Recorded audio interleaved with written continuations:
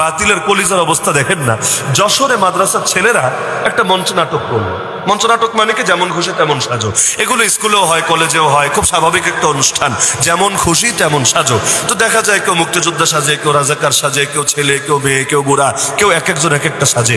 সাজার তো আর রকম ফের অভাব নাই। কেউ কাউয়া সাজে, কেউ মুরগি চোরা সাজে, বহুজনে বহু রকম সাজে। তো তাদের মনে চাইলো তারা সাজবে হামাসের মতো করে।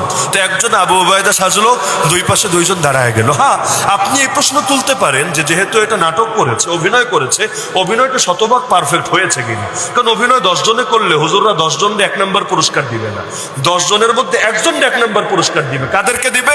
যাদের অভিনয়টা অ্যাকুরেট হয়েছে, পারফেক্ট হয়েছে। তা আপনি প্রশ্ন তুলতে পারেন ওর সাজসজ্জাটা পুরো পারফেক্ট হয়েছে কিনা, বক্তব্যের ধরনটা, ওর ল্যাঙ্গুয়েজ, ওর বডি ল্যাঙ্গুয়েজ সবকিছু ওদের মতো হুবহু হয়েছে কিনা, এই প্রশ্ন তুলতে পারেন। লেকিন প্রশ্ন উঠলো কি নিয়ে? একেবারে ইন্ডিয়া থেকে শুরু করে পশ্চিমা বিশ্ব সবার দেখা যায় লাইন ডাইরেক্ট হয়ে গিয়েছে। এমন এক অবস্থা, আরে বাংলাদেশে শাইখুল মাশায়েখ আল্লামা ডক্টর ইউনূসের নেতৃত্বে মনে হয় ইসলামী জঙ্গিবাদের উত্থান হচ্ছে। এমন ভাবে রিপোর্ট করা শুরু করেছে, মনে হয় যেন ইন্ডিয়া বাংলাদেশ এখনই দখল করে ফেলবে। কি দিয়ে? ওই যে দুই পাশে দুইটা ছেলে দাঁড়িয়েছে, ককশিট দিয়ে বন্দুক বানিয়েছে নাটক করার জন্য। ককশিট, ককশিট বুঝেন না?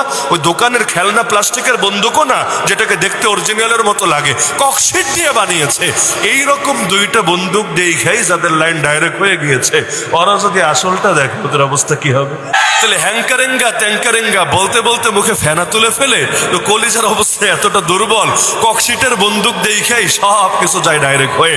আরে আমাদের আলেম ওলামারা কারাগার থেকে বের হলো, এমন একজন আলেমও বের হলেন, 11 বছর জেল খাটলেন, আল্লাহর বান্দা কারাগারে থাকা অবস্থায় স্ট্রোক করলেন, এখনো এই অবস্থা, ঠিকভাবে হাঁটতে পারে না। ডাক্তার বলেছে আর কিছুদিন যদি জেলে থাকতো, ট্রিটমেন্ট না পেতো, হাঁটু থেকে পা কেটে ফেলা লাগতো। কারণ এই পরিমাণ সমস্যা হয়েছে, পায়ে রাখা যেত না, কেটে ফেলে লাগতো। এখনো সিঁড়ি দিয়ে চলতে পারে না, দুইজন দুই পাশে ধরে ধরে উঠাতে হয়। কিন্তু মাত্র কারাগার থেকে যেদিন বের হলো, ইন্ডিয়া রিপোর্ট করতে শুরু করলো, ছোটা লাদেন আ গায়া।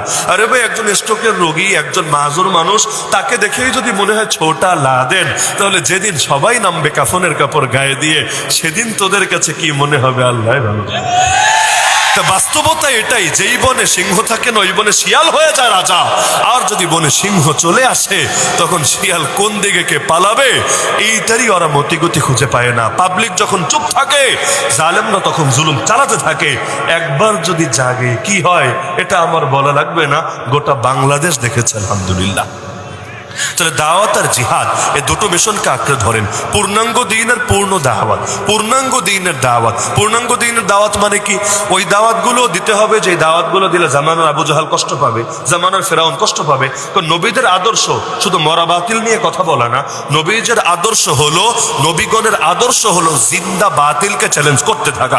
আল্লাহ রাসূল যদি মরা ফেরাউন, মরা নমরুদ নিয়ে সারাদিন হুঙ্কার দিতেন, তবু কেউ তার গায়ে টাচও করতো না। রক্ত ঝরানো দূরের কথা, দাঁত শহীদ করা দূরের কথা, তার বিরুদ্ধে যুদ্ধ করা দূরের কথা।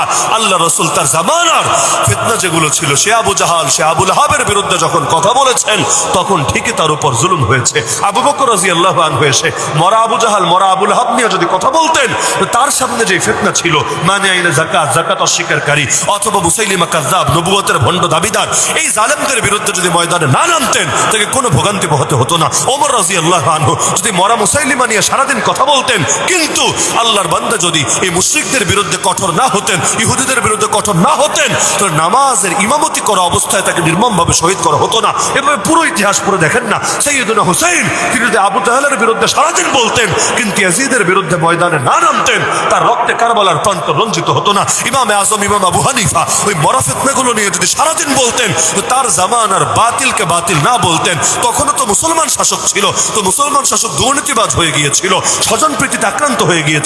তিনি এটার বিরুদ্ধে যদি প্রতিবাদ না করতেন, ইমাম আবু হানিফার খাবারে বিষ মেশানো হতো না, লাশ হয়ে তাকে কারাগার থেকে বের হতে হতো না। আর এই জামানাগুলো চিন্তা করেন না, মুফতি আমিন রহমতুল্লাহ আলাইহি যদি অতীত জামানার মরা মরা ফিতনাগুলো দিয়ে সারাদিনও কথা বলতেন, তো জামানার জিন্দা বাতিলগুলোর বিরুদ্ধে জাতিকে ঐক্যবদ্ধ করে ময়দানে নেমে না আসতেন, জীবনের শেষ 3টা বছর গৃহবন্দী থেকে থেকে লাশ হয়ে তাকে বের হতে হতো না।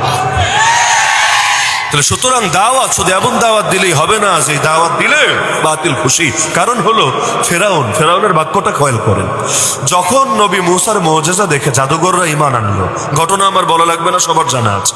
যখন ঈমান আনলো, খুব স্বাভাবিক ব্যাপার হলো ফেরাউনের এটা ভালো লাগবে না। ফেরাউন প্রশ্ন করবে, কি প্রশ্ন? লিমা আমানতুম, কেন ঈমান আনলা? প্রশ্ন এটা হওয়া দরকার ছিল না, কেন ঈমান আনলা? ফেরাউন এই প্রশ্ন করে নাই। ফেরাউন কি করেছে? আমানতুম বিহি ক্বাবলা আন আযানা লাকুম, আমি অনুমতি দেওয়ার আগে ঈমান আনলা। বাক্য খেয়াল করো, কেন ঈমান আনলা এটা প্রশ্ন না, আমি অনুমতি দেওয়ার আগে ঈমান আনলা এইটা নিয়ে প্রশ্ন। মানে কি? মানে এই জামানায় সেকুলাররা যা চায় যে মুসলমান ইসলাম মানবে, তবে যতটুকু অনুমতি দিবে অতটুকু মানবে, অনুমতি ছাড়া কিচ্ছু করবে না। এখন অনুমতি দিবে নামাজের, অনুমতি দিবে রোজার, অনুমতি দিবে হজের, কিন্তু অনুমতি দিবে না দিন কায়েমের, অনুমতি দিবে না জিহাদের, অনুমতি দিবে না বাতিলের বিরুদ্ধে প্রতিবাদের। কেন? কারণ অ্যান্টিভাইরাসকে কিভাবে ভাইরাস অনুমতি দিতে পারে? অনুমতি নিয়ে নিয়ে যদি দিনের কথা বলা লাগতো, আল্লাহ রাসূল কিভাবে মক্কায় দিন প্রচার করতেন? আমাকে বলেন, মক্কার নেতারা তো তার ফেভারে ছিল না, তার অ্যান্টি ছিল। তাহলে বাতিলের তোষামতি করে যদি দিন প্রচার করা লাগে, আল্লাহ রাসূল কোনোদিনও পারতেন মক্কার বুকে ইসলাম প্রচার করতে? ইসলাম প্রচার করতে গিয়ে আর নেতা কেন, বাপের বিপক্ষে যদি যাওয়া লাগে, নবীগণ তো নিজেদের আদর্শ দিয়ে দেখিয়েছেন, সেটাও তারা গিয়েছেন।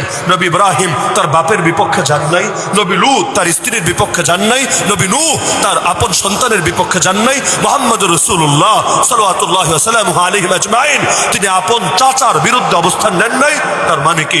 হকের জন্য সব ছাড়া যায়, কোনো কিছুর জন্য হক ছাড়া যায় না। তাহলে ওই যে বললাম চারটা কথা বলবো, এর মধ্যে দুইটা আয়াতের আলোকে বলা হয়ে গেছে আলহামদুলিল্লাহ। এক নম্বর হলো দাওয়াতকে আঁকড়ে ধরতে হবে, পূর্ণাঙ্গ দ্বীনের দাওয়াত। আর দুই নম্বর হলো জিহাদকে আঁকড়ে ধরতে হবে। বাতিল থাকবে যেখানে, বাতিলের বিরুদ্ধে প্রতিবাদ আর প্রতিরোধ থাকবে সেখানে। এক প্রকার জিহাদ তো এমন, এটা তো চিরকাল লাগবেই লাগবে, এমনকি দাজ্জাল ধ্বংস হওয়ার পরেও লাগবে। সেটা কি? প্রত্যেকের ভেতরে একটা তাগুত আছে যার নাম নফস, আর বাহিরে আর একটা তাগুত আছে যার নাম শয়তান।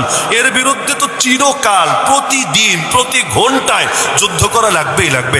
এমনকি সারা দুনিয়ায় যদি খেলাফত কায়েম হয় তাও লাভ নাই, আপনার এই লড়াই ঠিকই করতে হবে। এই লড়াই থেকে বসে থাকার কোনো সুযোগ নাই। আর তিন নম্বরে হলো মানুষের মধ্যেও যদি কোনো তাগুত তৈরি হয় যে নিজেদের মুখের ফুৎকারে আল্লাহর নূরকে নিভায় দিতে চায়, ওর বিরুদ্ধেও তো লড়াই লাগবে। কারণ আল্লাহ বলেছে লড়াই চলবে ততদিন, ফিতনা থাকবে যতদিন। ওয়াকাতিলুহুম হাত্তা লা তাকুনা ফিতনা, যেদিন দুনিয়া ফিতনা মুক্ত হবে সেদিন লড়াইয়ের গুরুত্ব হারায় যাবে। আপনাদের কি ধারণা দুনিয়ায় ফিতনা আছে না গেছে?